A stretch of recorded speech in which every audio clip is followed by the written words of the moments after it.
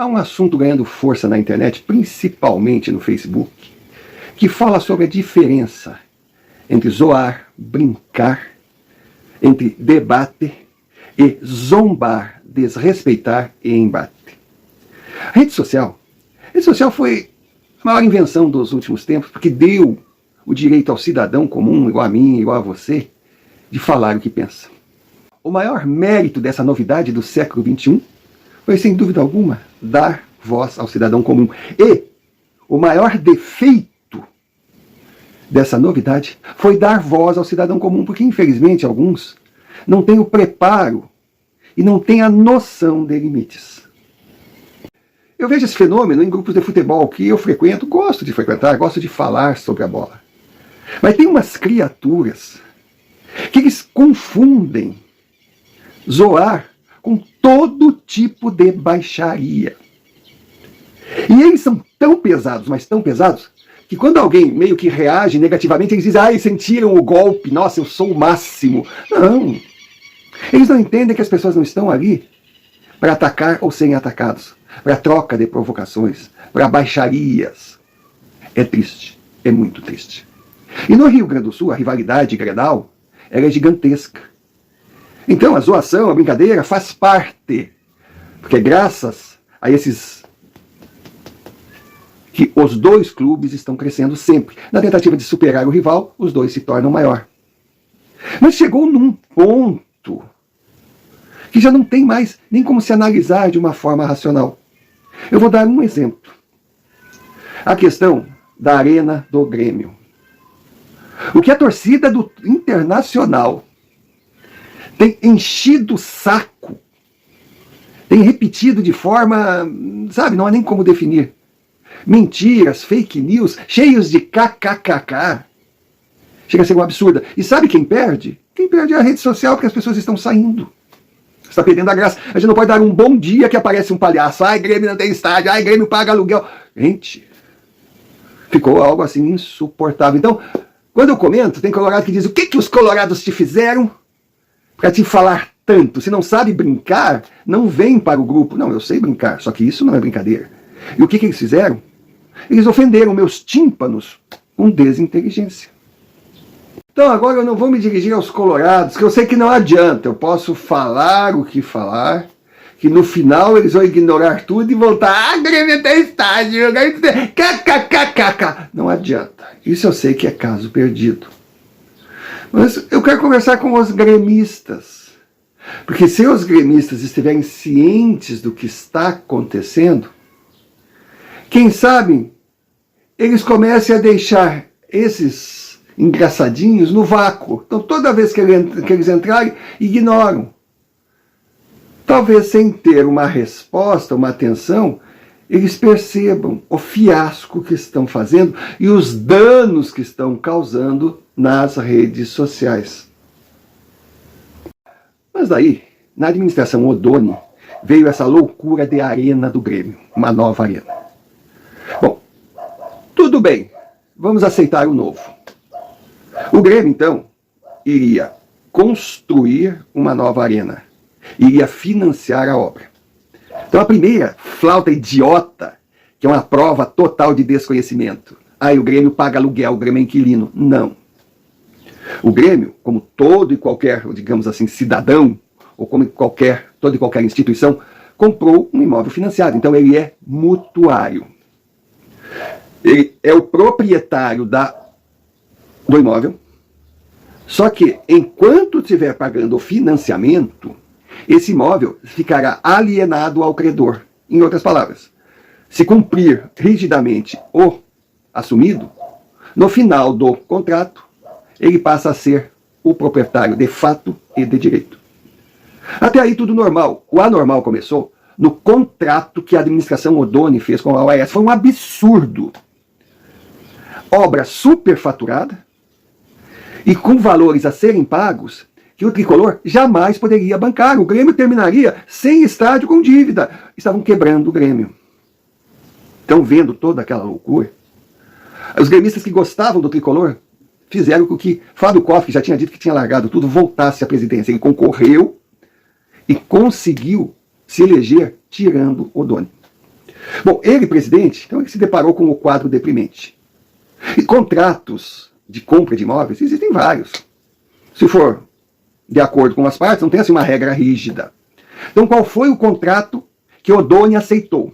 Primeiro, dar o Olímpico de entrada num preço absurdamente baixo. Foi feito.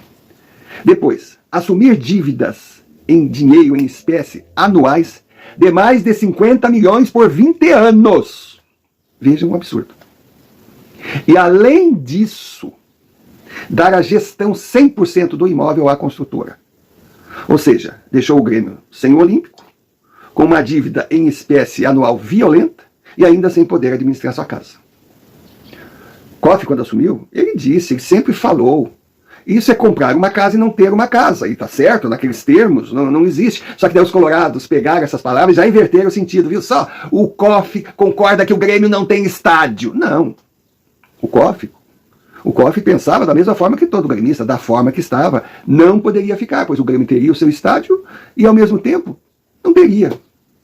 Então ele começou a lutar contra aquele contrato. Primeira coisa, ele disse, nós não vamos entregar o Olímpico, vamos continuar no Olímpico.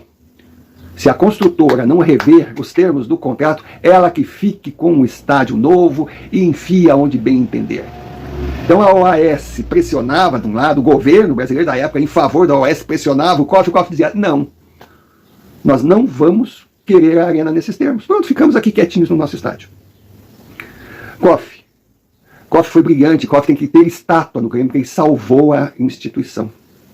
Porque o que ele conseguiu? Ele conseguiu abaixar o valor anual praticamente pela metade, aquele valor em dinheiro. Ainda ficou alto, mas trouxe a patamares que o bolso do Grêmio poderia bancar se tivesse uma administração enxuta. Kofi conseguiu livrar o Grêmio de obras no entorno. Porque tinha isso. Porque a OAS, quando assinou, quando fez o pedido para o terreno, para construir a obra, para a prefeitura, para o estado do Rio Grande do Sul, ela se obrigou a fazer obras no entorno, obras absurdas. Estava na cara que a OAS pensava em pagar essas obras com a fortuna que tiraria do Grêmio.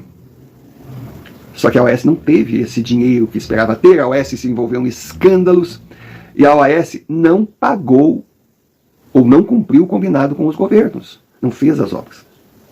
Então, Kofi, quando assumiu, ele só não conseguiu recuperar a gestão do estádio, mas até aí o mal é menor. Mas ele conseguiu sim uma participação nas rendas, nos lucros. Porque o contrato de gestão 100% significa o seguinte, que o construtor iria administrar o imóvel, teria toda a renda que viesse desse imóvel para ele e esses valores seriam abatidos na prestação. Algo absurdo. Mas, pelo menos o Grêmio respirava. Aí Kofi, depois colocou o Bolzan como sucessor, o Grêmio em si começou a trabalhar em quê? Em comprar o contrato de gestão. Aí os colorados disseram, eles não têm estádio, eles querem comprar a arena. Não, a arena já foi comprada, eles queriam comprar o contrato de gestão. Que daí poderiam pagar os valores que considerassem justos e assumiriam a administração. Mas aí vinha a questão do entorno. Se o Grêmio comprasse o contrato de gestão, a responsabilidade das obras no entorno seriam do gestor, ou seja, ele, Grêmio. Foi quando perceberam que seria uma furada. E pior, veio a pandemia. Aí sim que o Grêmio viu que não precisava e não deveria comprar o contrato de gestão para gerir um estádio que ficaria vazio por causa da pandemia. O prejuízo seria enorme. Se o Grêmio compra esse contrato de gestão, ele livra a OAS de todos os pepinos e assume mais uma vez uma carga que não poderia comprar. A administração do Grêmio não caiu nessa.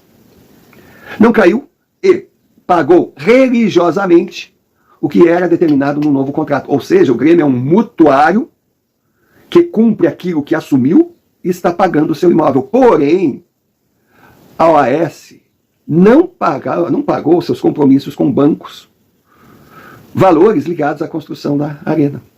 Os bancos, no seu direito lógico, eles foram e processaram a OAS e chegou num ponto que a arena foi penhorada. Poxa, mas a arena não é do Grêmio? Sim. A arena é do Grêmio com alienação aos bancos que financiaram. Mas a dívida não é do Grêmio. Então, parece confuso, mas não é. Em outras palavras, Os bancos penhoraram a Arena e os colorados... Grêmio vai ser despejado, Grêmio não vai ter onde jogar, Grêmio vai jogar no Passo da Areia, ai, a gente empresta não sei o que, ai, uma palhaçada. Uma palhaçada. Sabe que eles não sabem? Que o Grêmio, nessa da penhora, será o grande beneficiado? Será que eles não conseguem entender que o Grêmio tem direitos legais, que não é só chegar e dizer, ó, o Grêmio está penhorado, sai. Não. É diferente que se o Grêmio tivesse comprado o seu estádio, e ele, Grêmio, não tivesse pago as prestações aos credores, aos bancos. Então, sim, o Grêmio seria o devedor, aí ele seria despejado. Assim acontece com todos nas leis imobiliárias, não. Então, com essa penhora, o que acontece? Primeiro, enquanto existir o litígio construtora-bancos, o clube não se envolve. Não é nada com ele. Segundo, quando ficar confirmado a penhora, ou seja, a OAS deixa de ser a proprietária do estádio. Ah, não, quem é o proprietário? Não é o Grêmio? Sim, mas o Grêmio é mutuário. Com a OAS saindo, a negociação ficará entre quem? Entre Grêmio e os bancos. É como se o estádio fosse parte da OAS e parte do Grêmio. Então o Grêmio não pode ser simplesmente, não, o Grêmio não deve. Aí nesse momento os bancos irão procurar o Grêmio e farão uma proposta de renegociação. Cara, isso é tudo que o Grêmio precisava. Por quê? Os bancos podem chegar para o tricolor e dizer, olha, a OAS nos deve tanto. Essa é a dívida. Dívida essa que não é do valor total do estádio. Então, o banco não pode querer cobrar do Grêmio uma nova arena. Isso é um absurdo. Não. Então a OAS nos deve tanto. Ah, nós temos um comprador que vai nos pagar bem mais que isso, a gente pode até faturar mais num leilão. Não, não é por aí. Porque para colocar um terceiro no negócio, os bancos teriam que indenizar o Grêmio. E fora isso, teriam que dar um prazo gigantesco para o Grêmio conseguir outra casa. Não é assim, sai. Bom, para o Grêmio seria ótimo. Ele receberia tudo o que pagou até agora pela arena, com juros e correções, e teria um tempo para construir um novo estádio. Perfeito. Daria para pagar praticamente o estádio à vista. Claro que os bancos não vão fazer esse negócio. E os bancos também, não, mesmo que quisessem, não sairiam na loucura de leilão, porque quem compraria a arena? Ah, mas teriam interessados só, não, mas vem cá, o Grêmio, ele tem prioridade em tudo, porque ele é tipo sócio da arena. Então, simplesmente, a coisa caminha para uma negociação. O Grêmio irá procurar, na hora devida, os bancos, os dois irão sentar, e o tricolor irá comprar a arena, ou o restante da arena, pelo valor da dívida, pouco menos de 300 milhões. Pronto. Ah, mas é que o Grêmio vai arrumar dinheiro. Ora, simples. Ele faz um novo financiamento. Mais longo, mas com ele pagando diretamente ao banco, com ele com a gestão do seu estádio. Pronto, uma casa financiada, pagar a perda de vista. Bancos satisfeitos, Grêmio satisfeito. E aí vem o detalhe. Se isso acontecer, ou quando isso acontecer, o Olímpico volta para o Grêmio. Então o Grêmio ficará com a Arena e o Olímpico. E livre de obras de entorno, porque ele não assinou contrato nenhum com prefeituras, com governos. Quem assinou foi a OAS. As prefeituras que façam a obra vão cobrar a construtora. Então, gente, é isso. Eu respeito a rivalidade, eu respeito a brincadeira, mas, poxa, eu sou contra ficarem disseminando fakes, sabe? Ficar até assustando alguns gremistas que não têm conhecimento. Então, por isso esse vídeo. Falar aos gremistas. Fiquem tranquilos.